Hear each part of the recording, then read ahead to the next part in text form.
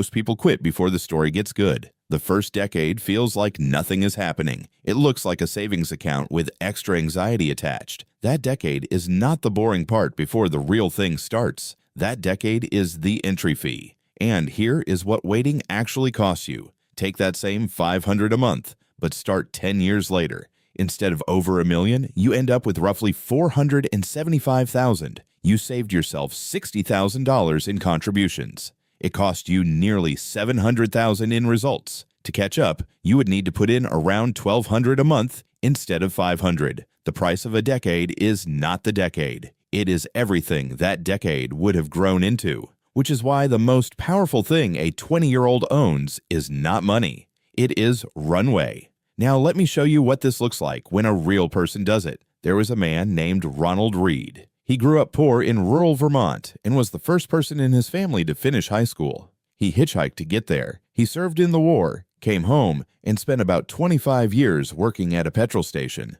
Then he spent 17 more years as a part-time janitor at a department store. He drove a second-hand car. He cut his own firewood into his 90s. He once held his coat together with a safety pin. A friend recalled him parking far from town so he would not have to spend the coins on a meter. Somebody in his local coffee shop once quietly paid his bill because they assumed he could not afford it. He read the financial pages, bought shares in ordinary businesses, and then did the hardest thing in investing, which is nothing. He simply held them for decades.